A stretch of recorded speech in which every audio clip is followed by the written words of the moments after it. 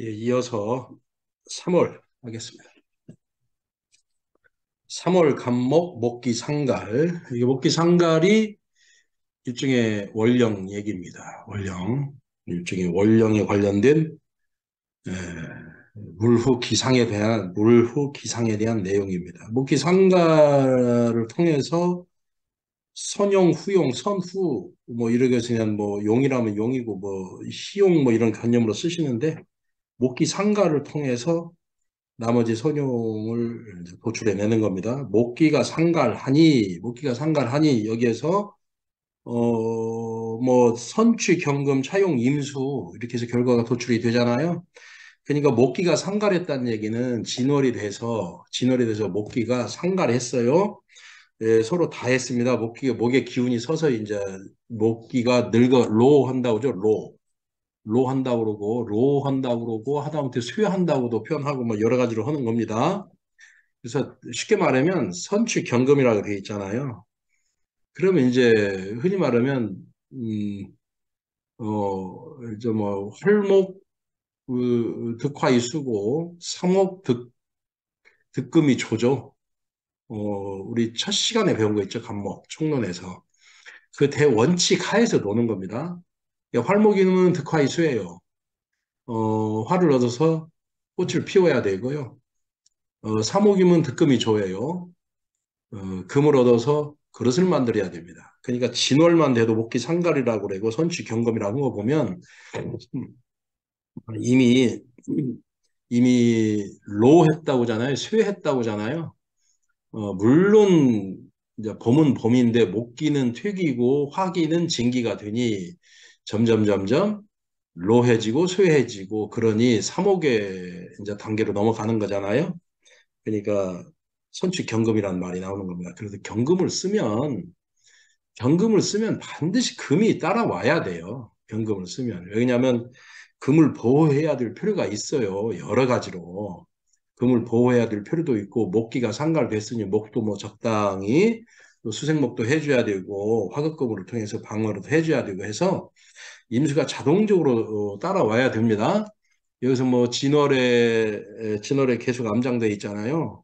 지장간에 암장돼 있으니 어느 정도의 수기는 있다고 보는 겁니다. 그런데 확실히 임수로 이렇게 에, 임수로 후용으로 이렇게 경금을 이렇게 안정적으로 보호해주고 선취 경금 그렇죠? 경금이 잘 작용이 되도록 이렇게 해준다는 의미입니다. 목기 상가를 이해하시면 선취 경금 차용 임수를 그냥 할 수 있는 겁니다.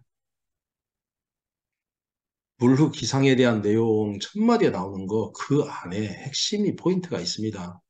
어, 제가 궁통보감 감이하면서 궁통보감이고 뭐 연애 잡평이고 자평진전이고 적천수고 제가 고전 강의를 비교적 많이 하는 편이지 않습니까? 그런데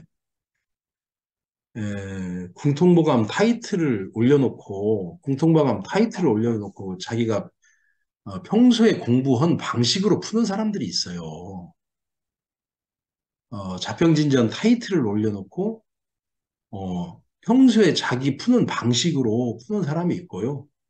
적천수 천미를 올려놓고 푸는 방식으로 푸는 사람이 있어요. 그건 아니에요.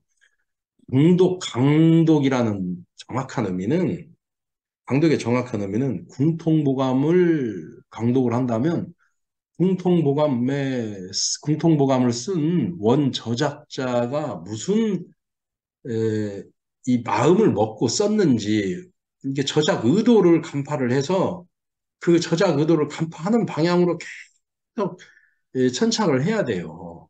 그래서 그 방식으로 해석을 하려는 것을 좀 다양하게 이 책 저책을 통해서 그 방식으로 해석을 좀 도움되게 해석을 하는 식으로 해야지 제가 뭐 일부 뭐 또 책도 보고 유튜브도 보고 이렇게 그러지 않습니까? 그러면 유튜브 문화가 지금 발달돼서 뭐 이 사람 저 사람이 많이 찍어요. 근데 개인 강의를 하는 건 상관이 없어요. 근데 타이틀을 내걸면 그 방식대로 해석을 하셔야 돼요. 아니면 뭐 궁통보감이라는 타이틀을 내걸고 자기식으로 해석하고 싶으면 궁통보감 타이틀을 내걸지 않아야 맞습니다. 공통보감의 원 저작자는 이렇게 해석을 한 거예요. 그래야 앞뒤 전개가 이렇게 어우러지고 맞는 겁니다. 목기 상갈이에요. 목기 상갈을 알면 이제 여기서부터는 사목으로 본 거예요. 이게 활목과 사목의 구분입니다. 목은. 목은 목의 총론에서 말했듯이 활목과 사목의 구분으로 모든 게 이루어집니다. 이렇게 사목으로 이미 들어가는 단계입니다.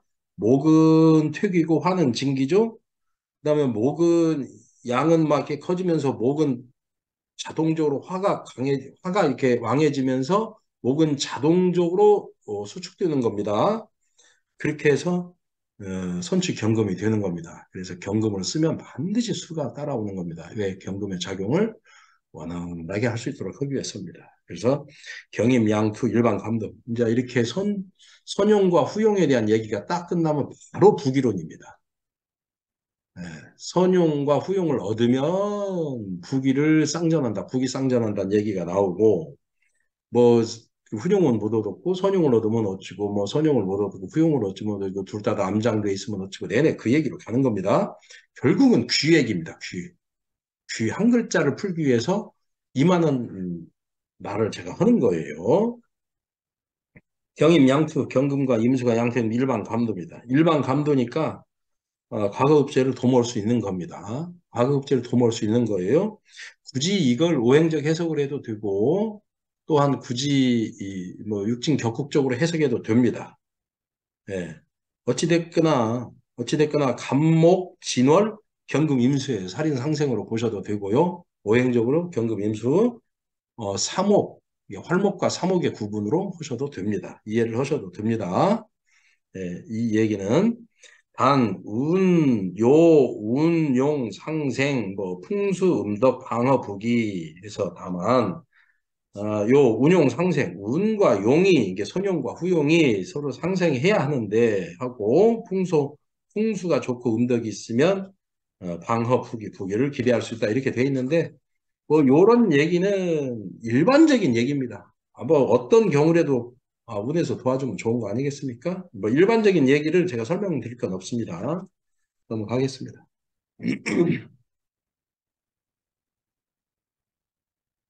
그 다음에 교재로 66쪽 보겠습니다. 에, 혹견 1, 2경금입니다. 혹견 1, 2경금, 혹견 1, 2경금, 독취, 임수 이렇게 되어 있습니다. 독취, 임수, 독취, 임수. 만약 혹은 한두 개의 경금을 보면, 한 개의 경금을 보면 독취, 임수, 홀로 임수만을 취한다. 그래서 홀로 임수만을 취한다 이 말이잖아요. 그래서 임수만을 취한다 이 말에 대한 지금 해석에 대한 어, 이 말의 해석에 대한 정확한 뭐가 없어요. 제가 뭐 조합원학도 보고 이 책 저 책을 다 이렇게 보지 않습니까? 그럼 이게 홀로 임수만을 취한다 이렇게 뭐 일리 경금 이렇게 앞문장 선취 경금 후용 임수 이렇게 다 돼 있잖아요. 차용 임수 이렇게 선취 경금 차용 임수 이렇게 됐으면 이 문장은 큰 의미가 없는데 예, 1, 2개 경금을 보면 이렇게 돼 있어요. 예. 그러니까 이건 내가 아까 말씀을 드리다시피 한두 개의 경금이라는 것은 그러니까 한두 개의 경금 이 말을 쓴 걸로 봐서는 이 한두 개의 경금을 간목이 봤어요. 그러면 이 말을 쓴 것으로 보면 아마도 이 말 안에 아마도 이 말 안에 정화를 쓸 것인지 어쩔 것인가에 대한 원 저작자의 의도가 있는 것 같아요. 그래서 이제 간목과 한두 개의 경금이 투관돼서 간목 일간이 한두 개의 경금이 투관됐잖아요. 그러면 자동적으로 정화를 쓰고자 하는 뭐가 있을 거 아니에요. 요구 내지는 필요성이나 그런 이렇게 뭔가 이렇게 마음이 이렇게 정화를 쓰고자 할 거 아닙니까? 근데 그것을 써서는 안 되고 오로지 임수만을 취해야 된다. 아마 이렇게 이 문장을 해석해야 맞을 것 같아요. 그리고 이 문장은 좌우냐 문장과 비교하면 이렇게 좌우냐에도 뭐 정화 얘기가 나오거든요. 그 얘기로 봐서 그렇습니다. 그래서 이 문장은 어디까지나 좌우냐 문장과 반드시 비교해서 읽어야 되고 혹, 견, 일리, 경금, 독취, 임수 여기에서는 정화와의 관계를 반드시 염두에 두고 원 저작자가 쓴 말인 것으로 저는 보이거든요. 이 말은 이미 앞문장에 있는 얘기인데 갑자기 이렇게까지 표현을 한 것을 보면 그렇습니다. 그러니까 우선 저의 말을 듣고 이렇게 궁리를 한번 해보시기 바랍니다. 제 말이 맞아요? 그러면 그렇게 해서 독주, 임수, 임수만 쓰게 되냐, 아니면 편인을 쓰게 되는 거 아닙니까? 그렇죠? 예, 예. 그러면 이제 임수만을 쓰잖아요. 그러면 경금 입장에서는 임수한테 설득고 뭐 진월에 뭐 어쩌고저쩌고 그런 얘기가 또 있잖아요. 그러니까 목에 금기가 왕상유사에서 금기가 왕수에 쇠한 상태잖아요.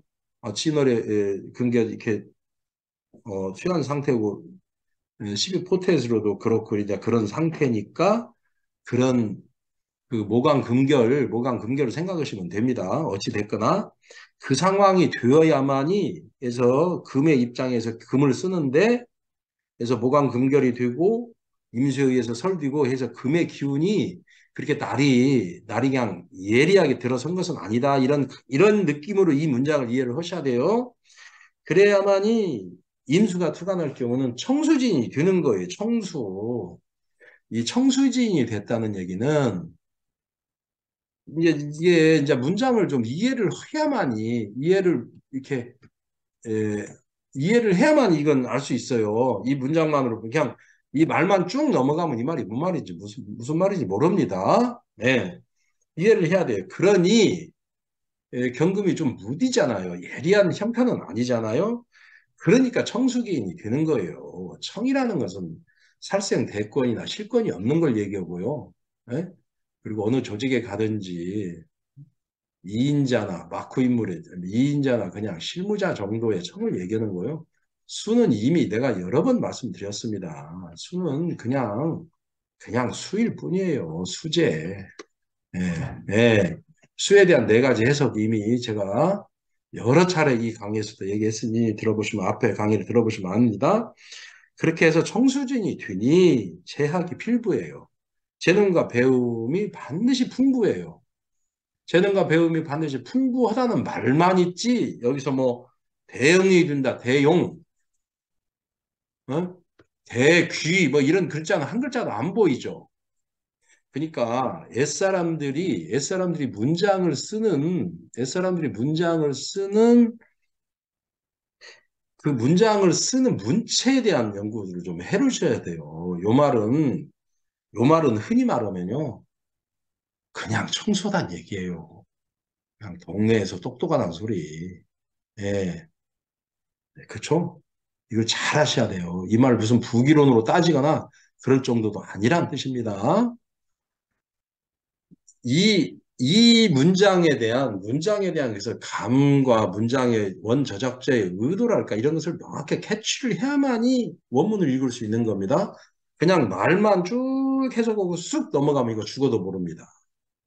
말만 쑥 해석으로 넘어가면 이게 무슨 말인지 몰라요. 그냥 그 말이 그 말인 것 같고 거기서 공통만 100번 읽었네, 200번 읽었네 해도 말 뜻을 원저작자의 저작으로 이해를 못하면 그냥 넘어가는 거예요. 무슨 말인지도 모르고.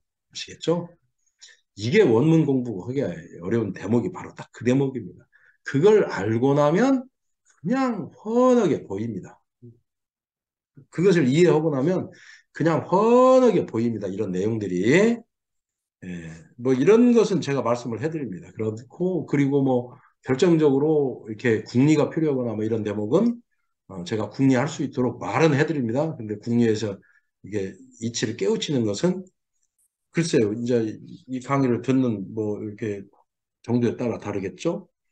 다 여기에서 나오는 얘기입니다. 그래서 다음에 보겠습니다. 67번, 67페이지. 혹 천간 투출 이병. 병화 얘기가 나오잖아요. 그죠? 병화 얘기가 나오는 겁니다. 그래서 제가 보기에는 앞문장도 아마도 하를 염두에 두고 한 문장이 아니지 않나 이렇게 봅니다. 아마 제 말이 맞을 겁니다. 혹시 이 강의를 들으시는 분들은 제가 드리는 말씀을 염두에 두고 이 문장을 계속 곱씹어 보세요. 그렇게 해석하지 않으면 해석할 길이 없습니다. 이 말은. 왜냐하면 재학 필부예요. 재능과 학문이 반드시 풍부해요. 여기서 뭐 재능과 학문이 풍부하다고 그랬지. 여기서 뭐 귀를 크게 누린다든가 뭐 이런 말이 없어요. 귀를 누렸다는 말이 없습니다. 그 청수라는 말 자체가 그냥 청수예요. 어, 제가 거듭거듭 말씀드리지만 이 청자를 운명학적인 해석을 좋게 해석하시면 안 됩니다.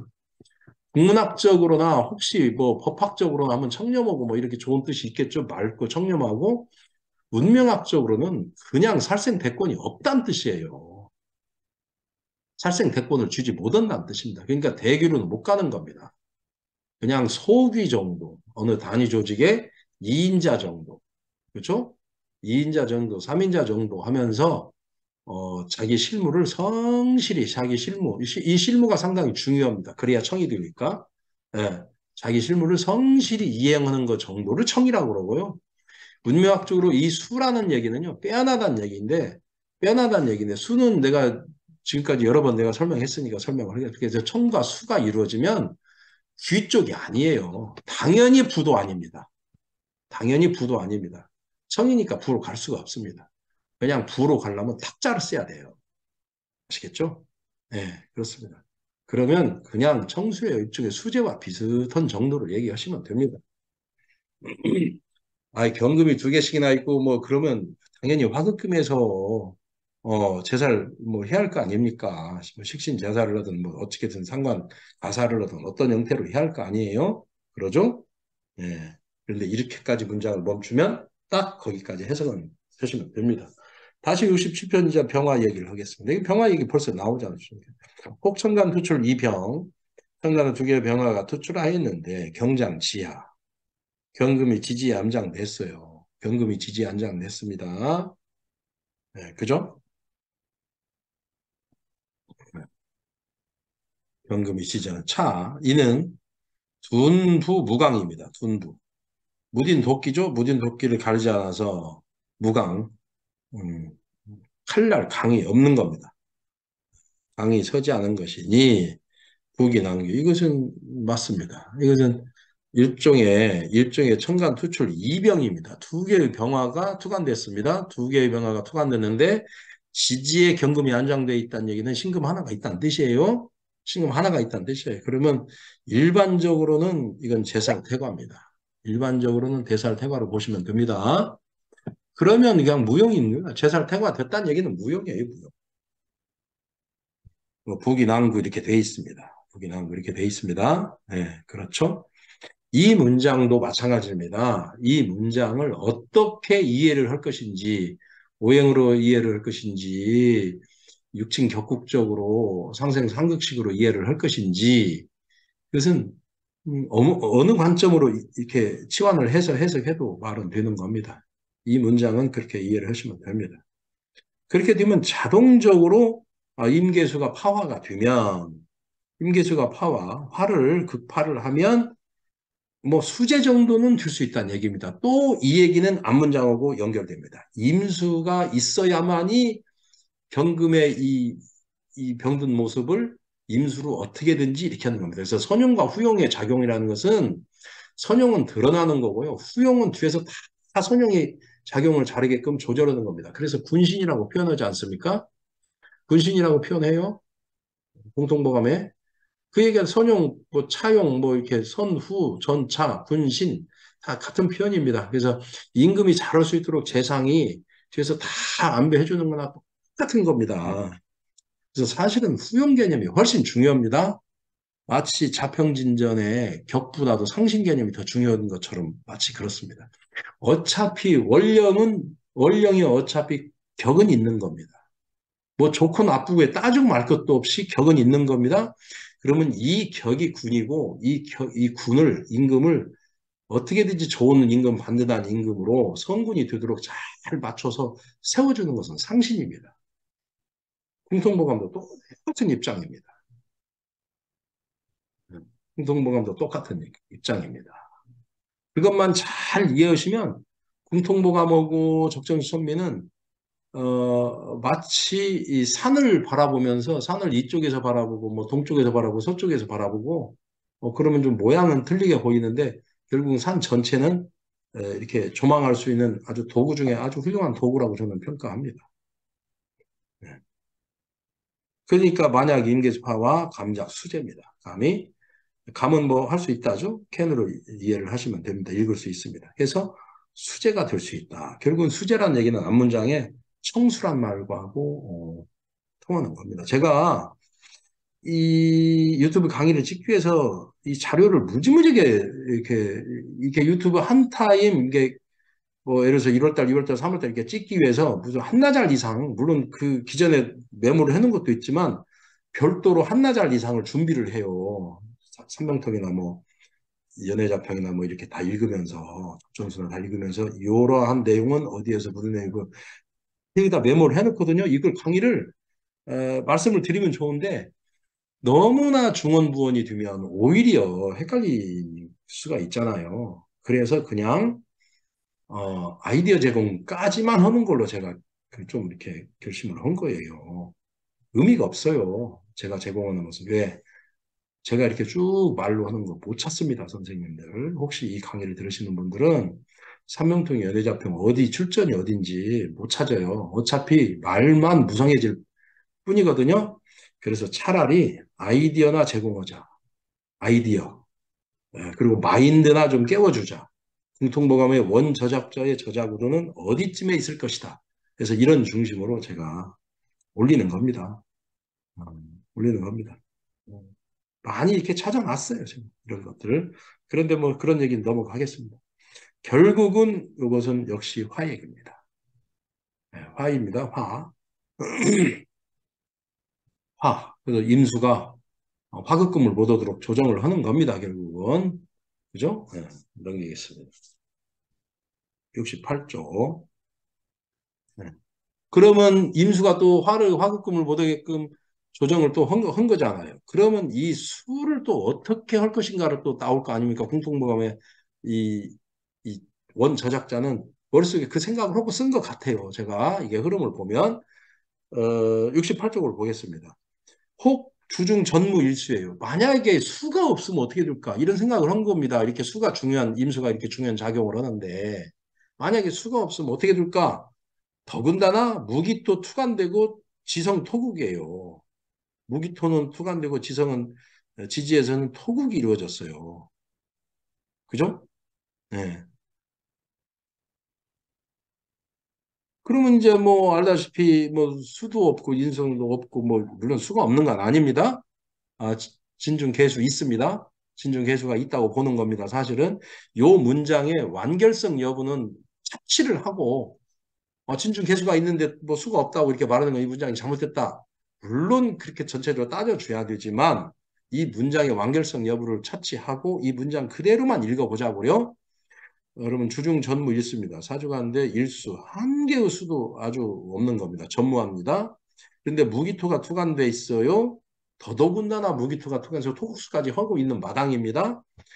그리고 지성 토국입니다. 그러면 청간도 토, 지지도 토, 막 온통 토입니다. 그러면 우작 김영종제로 볼 수 있는 겁니다. 김영종제가 되면 또한 인이치 북입니다. 인이 사람으로 인해서 부기를 이룬다.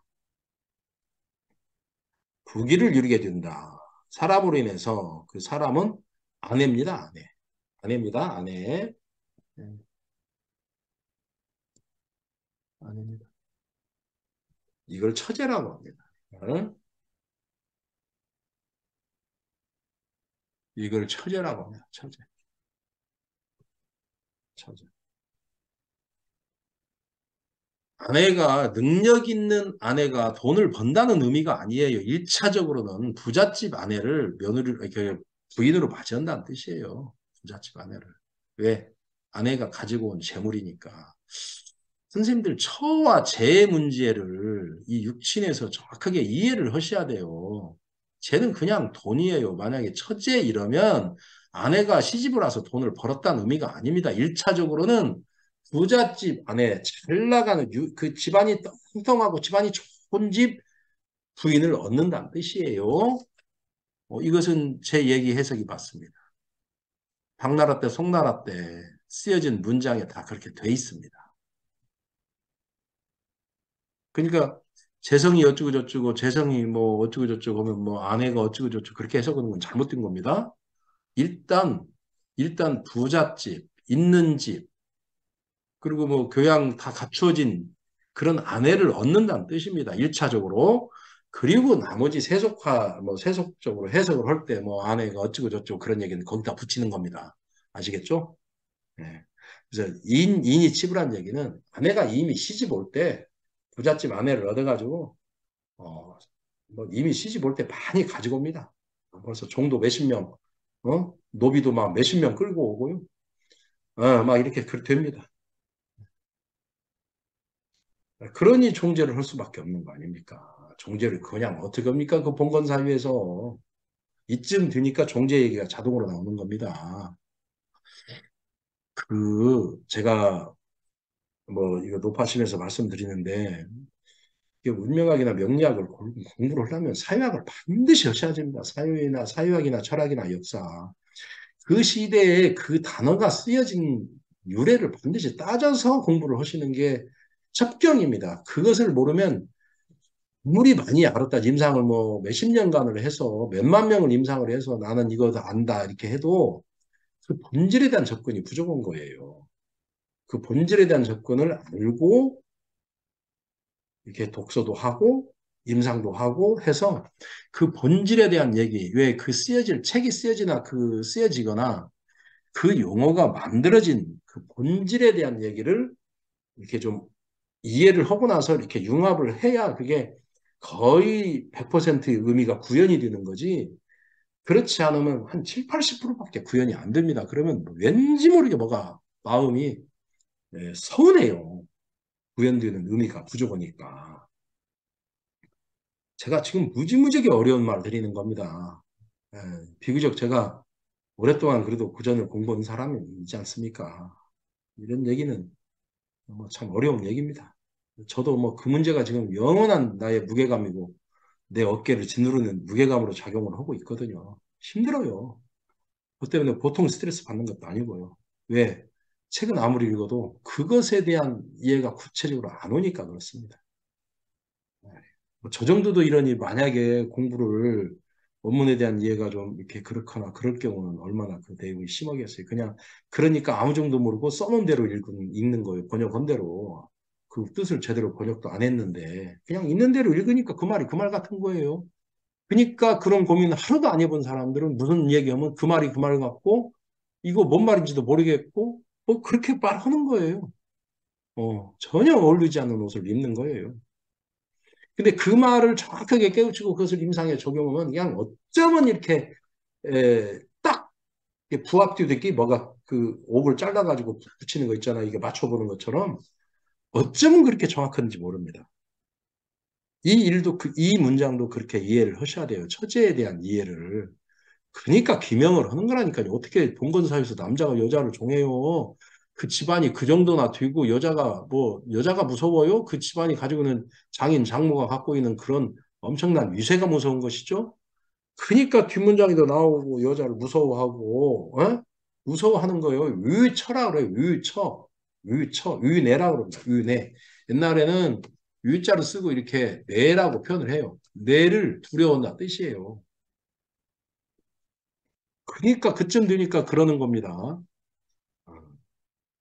이 문장 정확히 이해하셔야 돼요. 그래서 처자가 유능하다 해서 처자가 유능하다는 얘기는 아내에게 능력이 있다는 얘기는 여자가 무슨 뭐 장사자라고 뭐 그게 아니에요. 무슨 사대부가 이쯤 되면 그겁니까? 이 말뜻을 잘 알아들어야 돼요. 아무리 제가 이렇게 무슨 말을 이해를 이렇게 돕게 이렇게 이해하기 쉽게 무슨 말씀을 드려도요. 이런 문장에 대한 훈습이 안 되잖아요. 훈련이 안 되면 이 말 자체가 뭔 말인지 모릅니다. 저는 오랫동안 구전을 많이 읽고 훈련이 뭐 이렇게 될 만큼 됐다고 좀 아직도 부족하지만 그래도 뭐 이렇게 할 수 있지 않습니까? 그러니까 이런 말들을 좀 아는 겁니다. 그리고 이렇게 설명할 때 보면 아는 것처럼 이렇게 이 얘기를 해요. 근데 넘어가겠습니다. 금이 되보겠습니다.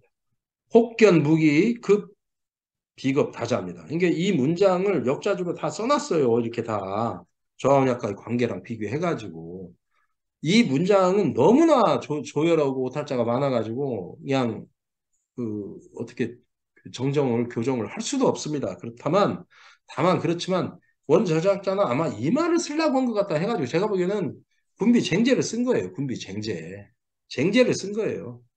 예. 이게 그 앞에 같은 경우는 물론 뭐 제다 신약이나 뭐 그러니까 뭐 제다가 뭐 이렇게 너무나 이렇게 신약이 아주 그렇게 되어버리니까 동지애를 얘기했고 여기는 제다 신약을 통해서 제다 신약을 얘기한 측면도 있고 이렇게 쟁제 얘기를 한 측면도 있고 그렇습니다. 네. 혹견 무기입니다. 혹견 무기 급 비급 타자입니다. 비겁을 많이 봤어요. 그러면 무기토도 보고 비겁도 많이 봤어요. 이거 딱 그러는 순간 그냥 잡기 탈죄예요. 뭐 군급쟁제라고 보시면 됩니다. 일종의 군비쟁제라고 보셔도 됩니다. 잡기 탈죄입니다. 그렇게 잡기 탈죄 군급쟁제로 다 타고 났다 하면 차인 노록도로입니다. 이 사람은 노록도로입니다. 노록도로. 노록. 분파로록 온다는 얘기입니다. 분파로록. 선생님들 분파로록이라는 단어는 한글로 옮기기가 쉽지가 않아요. 그냥 분파로록으로 하세요. 이 말은 명리책뿐만 아니라 명리, 자미두수, 시가기문등갑, 유김, 육효, 뭐 하라기수 다 나오는 얘기입니다. 분파로록. 분파로록의 가장 정확한 뜻은 지극히 평범하게, 지극히 보잘것없이 쓸데없이 고생고생하는 모습을 분파로록입니다.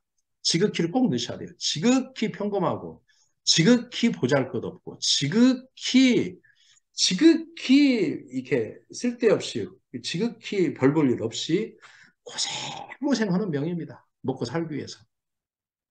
하루 먹고 하루 살기 위해서. 분파로록 하는 겁니다. 분파로록. 쓸데없이 고생고생 이리 갔다 저리 갔다 이리 갔다 저리 갔다 사는 모습 있죠? 네, 그 모습을 분파로록이라고 합니다. 그렇게 살면서 도로입니다. 늙을 때까지 그렇게 하면 안 되죠. 그리고 무언해직원입니다. 언해직원. 아를, 내자를, 그죠? 아내를 통제할 권한이 없다 뜻입니다. 이걸 윤회라고 그래요, 윤회.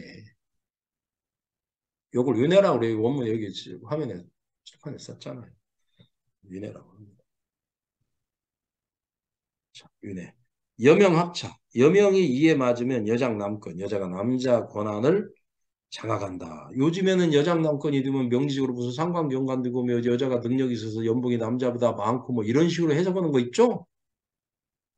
물론 그런 해석도 그 안에 있어요. 해석 중에 여러 가지 해석 중에. 그런데 첫 번째 해석은 여자의 집 배경이 능력 있는 겁니다. 아시겠죠? 그걸 잘 알으셔야 돼요. 이 처제란 말은 당나라 때부터 생긴 용어입니다. 물론 당나라 때부터 생겼겠어요. 유전남북조치대 때부터 이런 현상들이 생기면서 이렇게 된 거겠죠. 예. 그래서 여장 남권 여자가 남자의 권한을 장악을 한다. 그래가지고 현능 내조한다. 현능 내조가 현능한 아내이다. 뭐 내조 자체를 현능한 내조 한다. 뭐 현능하게 내조한다 이렇게도 되고 현능한 아내이다 이렇게도 되고 뭐 어떻게든 상관이 없습니다. 내조 자체가 아내란 뜻도 있습니다. 약 비겁 중견 만약에 비겁을 거듭거듭 봤습니다. 비겁을 거듭거듭 봤어요. 그러면 음악 불가입니다. 음악하다. 그래서 그냥 음탕하고 추하다 뜻이죠. 그래서 음탕이 매우 심하다. 음악을 감당하지 못한다. 그렇죠. 이렇게 이 말입니다. 음악을 감당하지 못한다.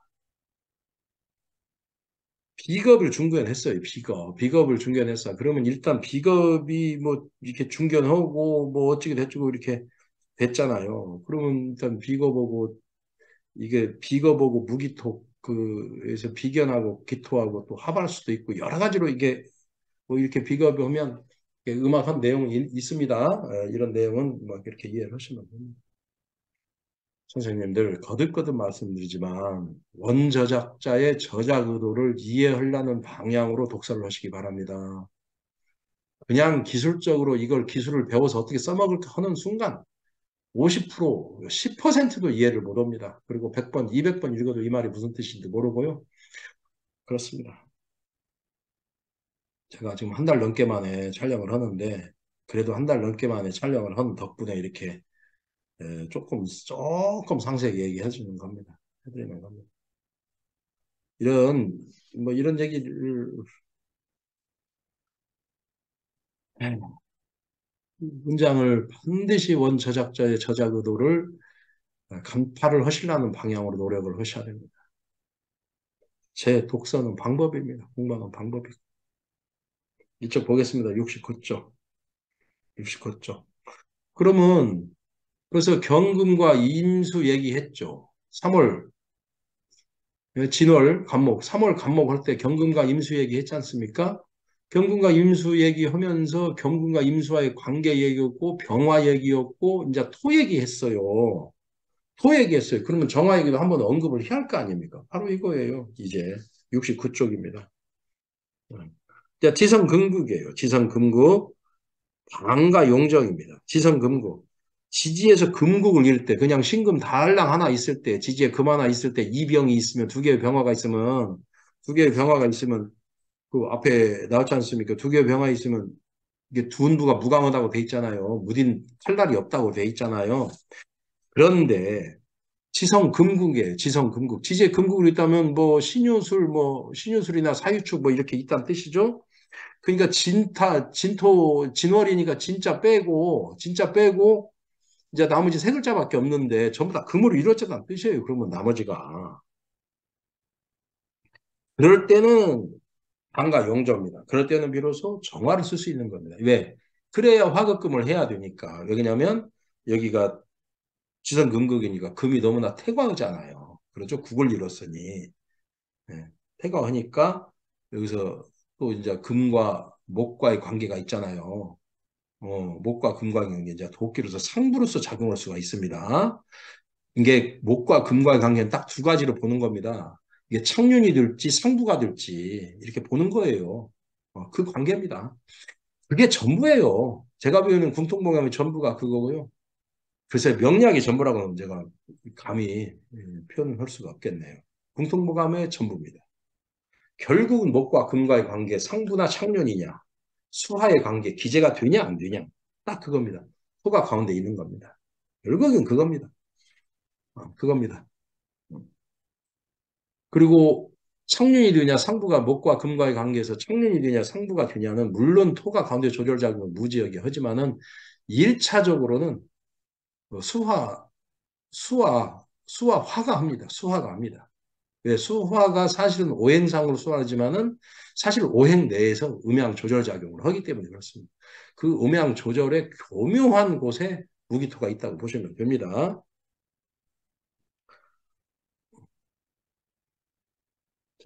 지지에서 금국을 이뤘을 때만 비로소 정화를 쓴답니다. 불연 그렇지 않으면 3월무 용정지법입니다.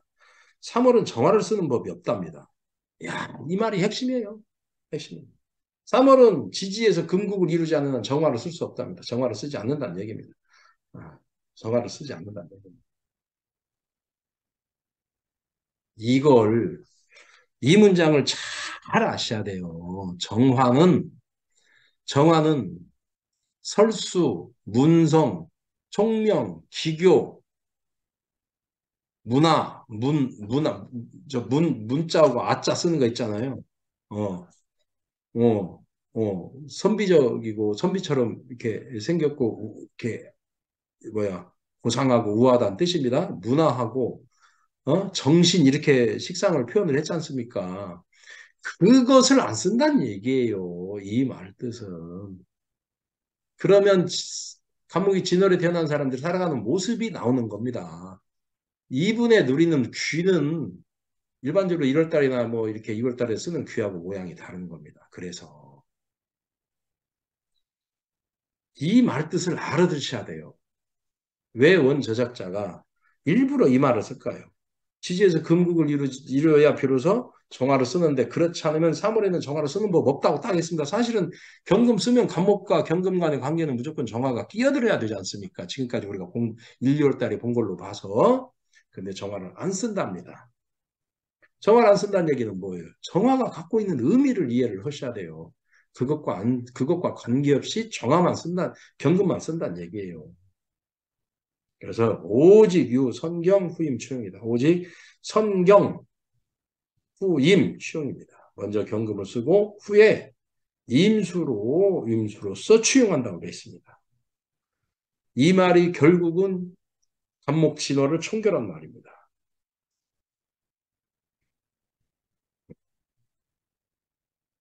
이런 말 하나씩 읽으면서 깨우칠 때 몸에 소름 끼칩니다. 갑을생인묘, 그 다음에 서왈 이것은 오원시입니다. 오원시. 오원절구로 표현한 거니까 갑을생인묘. 갑을목이 인묘래 생했어요. 그러면 인묘래 생했습니다. 그러면 지금 뭐 병화 개수 얘기였고 뭐 이렇게 경금 얘기였고 무토 얘기였고 뭐 이렇습니다. 근데 경신간 상봉이나 경신금을 천간에서 보았습니다. 그러면 이것도 어떻게 해석할지를 따져야 됩니다. 어떻게 해석할지. 인묘에 따진 것을 궁통모감식으로 해서 우리가 뭐 선용 후용으로 해서 안목으로 해서 따져줄지, 그죠? 아니면 그냥 단순 억부로 경금과 목과의 관계 뭐 이렇게 예? 왕세 문제를 따져서 골지를 따져줘야 돼요. 그래야 리남 추북이 리궁이죠 리궁. 여기서 뭐 리라고 돼 있으니까 어떤 분은 이 리를 뭐 그냥 합치다 어찌다 떠나다 막 이런 식으로 또 해석까지 또 했더라고요. 진짜 보통 문제 아니에요. 그렇게 번역하고 그렇게 해석하고 그걸로 또 유튜브까지 찍고 참, 이 리는 리꾀를 얘기하는 거예요. 리꾀. 예? 예. 이 리꾀를 얘기합니다. 리꾀. 죄송합니다. 리꾀를 얘기합니다. 리꾀. 리꾀. 리꾀는 오행이 화잖아요. 이게 화운으로 돌아섰다는 뜻이에요. 여기는 감꾀입니다. 감꾀입니다. 이건 수를 얘기합니다. 수으로 돌아섰다는 얘기예요. 뭔 리를 이상하게 해석을 하시더라고요. 리남, 이게 남방으로 흐르면 부귀하게 된다. 이 말은 뭐? 이 말은 어떻게 해석해야 되냐고. 그리고 감지, 각흉. 북방으로 흘러가면 도리어 흉이 된다. 이렇게 되어 있습니다. 이것은 그러니까 어차피 가불목이 인묘에 태어났다나요? 그러면 걸록격, 양인격, 월겁격 이런 정도로 해석을 할 수 있습니다.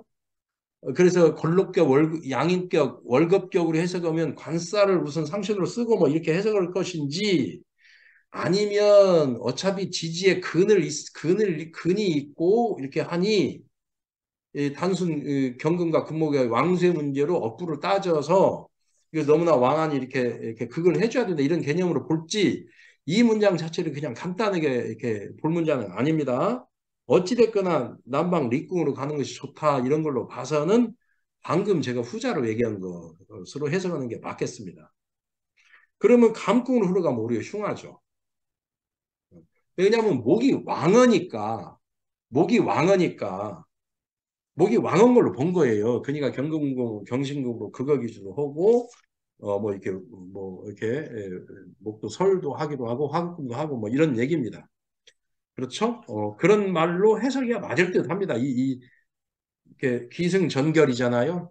오원시가 4개 구절로 되어 있는데 기승전결 중에 전결을 놓고 보면 그렇습니다. 네, 그렇게 이해를 하시면 됩니다. 70쪽 보겠습니다. 설하고 평주 드디어 제가 한 번은 말씀을 드려야 될 것 같아서 이걸 내가 말씀을 드리겠습니다. 70쪽 설하고 평주 맨 마지막 줄, 마지막 문장, 정의, 춘목희 관살, 고로, 용화 제지야. 바로 봄의 목은 관살을 뼈리는 것을 말한다. 그래서 용화 제지, 화를 써서 이를 극제마다. 이 문장을 어떻게 해석할지를 봐야 됩니다. 이 문장에 대한 앞뒤 저기도 없이 이렇게 해석을 하면 어쩌란 얘기냐고요. 그러면 춘목은 관살을 꺼린다는 말이 맞아요, 어째요? 이미 간목이 묘월에 경금을 쓴다고 이미 돼 있어요. 이 책에, 풍통모감이라는 책에. 근데 이걸 격으로 해석할 때는 어, 걸록격, 양인격, 월격격이 이루어지거든요. 그런데 걸록격, 월급, 양인격 무조건 관사를 써줘야 됩니다. 이런 식의 해석을 설하고가 해놨어요. 그러면 아무 정도 모르는 사람들은 또 이렇게 읽을 거 아닙니까? 이 말을 막 자연스럽게 공부하고, 이거 또 이대로 또 공부하신다고 또 강의하시는 분들은 또 잘난 체를 해요, 이렇게. 그리고 또 하다못해 논문 쓰시는 분들은 이거 그냥 아무 비판 없이 그냥 인용하고 막 각주 달고 그럽니다. 따져줘야 돼요. 왜 비판 없이 글을 읽어요? 따져주지 않으면 이거. 그래서 내가 설하고를 읽지를 않는 거예요. 강의를 않는 겁니다. 서라구를 아예 서라구를 강의를 하는 이유가 이런 겁니다. 이런 거. 요 말 자체가 얼마나 명리학에 해독을 끼치는 문장입니까? 따져줘야 한다니까요. 이걸 월급으로 볼 것인지, 예? 양인 월급 걸록으로 볼 것인지, 아니면 그냥 경신건강의 왕쇠 문제로만 볼 것인지, 이걸 따져줘야 돼요. 이걸 따지고 나서 기승전결 중에 전결을 읽어주셔야 돼요.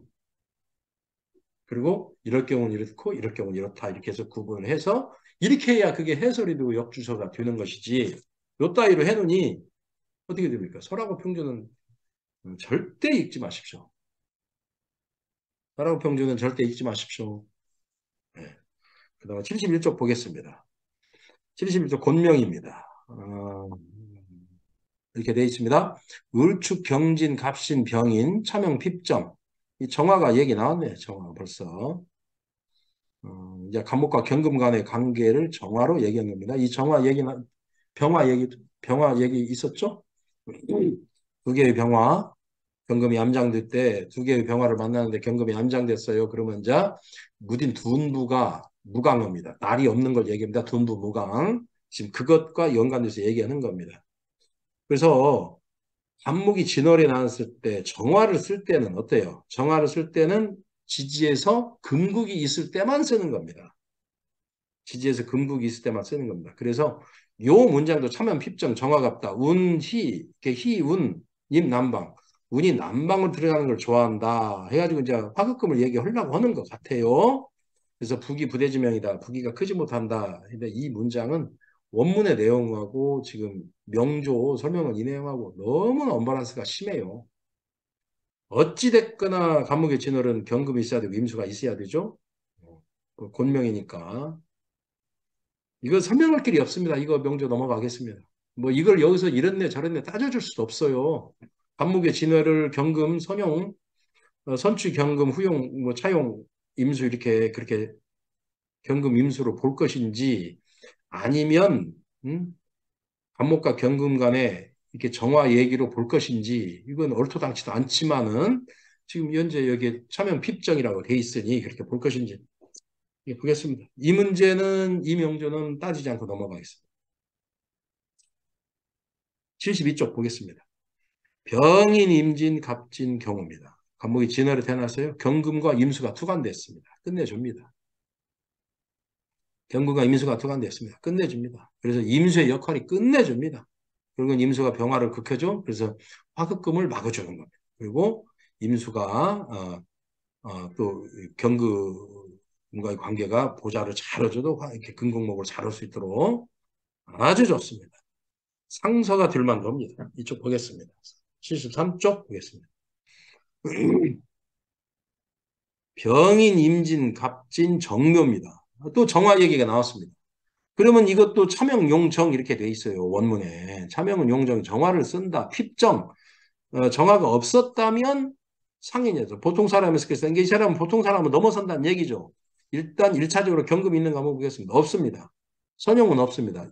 후용이 있죠. 후용이 있으니까 이건 어디까지나 후용에 투관된 걸로만 보면 이것은 소귀 정도나 뭐 소귀, 뭐 부귀를 논할 수는 없거든요. 대귀는 소귀 정도나 할 수 있는데 또 정화 얘기가 나왔습니다. 여기서 원문에 힙정이란 말이 나왔죠. 그리고 또 사실 그 원국의 시간의 정화가 투관이 돼 있고 그럼 이 정화를 어떻게 할 것이냐 이 말이에요. 그러면 임수의 역할은 어떻게 해야 되고 임수는 화급금으로 쓴 겁니다. 맞습니다. 그러면 정화를 어떻게 하냐고요. 정화를. 그러면 정화가 없었더라면 상인이 아니었을 것이다. 이 말은 뭐예요? 정화로 설수를 읽는 게 아니라 설수, 수기를 설한다. 설수, 그죠? 설수, 정신, 문명, 그죠? 총명, 기교 뭐 이런 식으로 썼다는 얘기입니다. 문화 이런 식으로 썼다는 얘기예요. 그죠? 그러면 임수가 간목을 생각하고 간목이 정화로 설수, 수기를 설한다. 이런 개념으로 설명을 해야 이게 딱 맞습니다. 요 말 뜻은 그렇죠? 그렇지만 그러니까 이게 상인이 보통 사람이 아닌 겁니다. 보통 사람이 아닙니다. 이 사람은 문관입니다. 정화 때문에. 그렇습니다. 지금 원문의 뜻이 그렇기 때문에 그렇게 풀 수밖에 없는 겁니다. 그러니까 이것은 어디까지나 또 정화를 응용해서 쓰는 겁니다. 이게 정화를 간무기 진화를 쓰는 정화를 무용정지법이에요. 정화를 쓰는 법이 없습니다. 다만 지지에서 금국을 잃었을 때만 정화를 쓴다고 그렇게 돼 있는데 지지의 금국이 전혀 금이 사전에 하나도 없는데도 정화를 썼습니다. 이것은 제가 방금 말씀대로 수생목, 목생화, 설수 개념으로 이해를 하시면 됩니다. 74쪽을 보겠습니다. 이모, 갑진, 갑인, 무진입니다. 요 문장도 금이 없습니다. 사주에, 자, 원문 보겠습니다. 사주, 모강, 금결입니다. 사주에 목이 왕하고 금이 이지러졌습니다. 금이 없습니다. 목이 왕합니다. 목이 지지에 뭐, 인목도 있고, 진토가 두 개 있고, 또 천간에, 천간에 간목도 있고, 임수까지 있습니다. 그래서 목이 이렇습니다.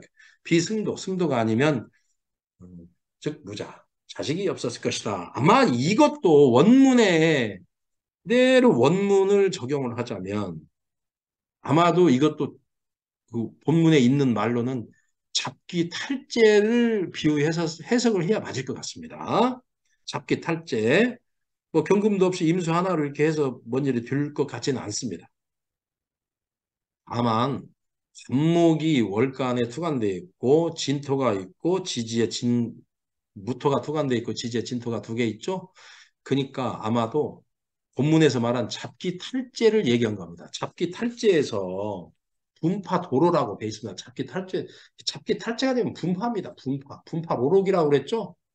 당연히 군급쟁제, 군비쟁제, 군급쟁제 유일하게는 좀 그런데 해석 중에 통변 중에 하나가 분파 로록이에요. 분파 로록. 분파 로록은 쫓겨난다는 뜻입니다. 예. 사회에서 광출되는 거죠. 그러니까 승도나 뭐 이렇게 되는 겁니다. 이 말뜻 안에 분파도로를 분파로로 을 염두에 두시고 이것을 해석해야 맞아 보입니다. 군통모감에 나오는 명조를 해석할 때 자기식으로 해석을 하는 것을 먼저 하시면 안 됩니다.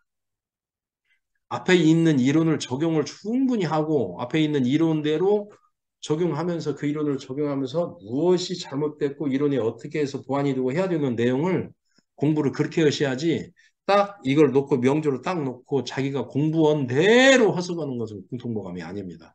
그냥 차라리 자기 해석 강의를 하시면 됩니다. 공통모감 강의에서는 그렇게 하시면 안 됩니다. 명심하시기 바랍니다. 마치겠습니다.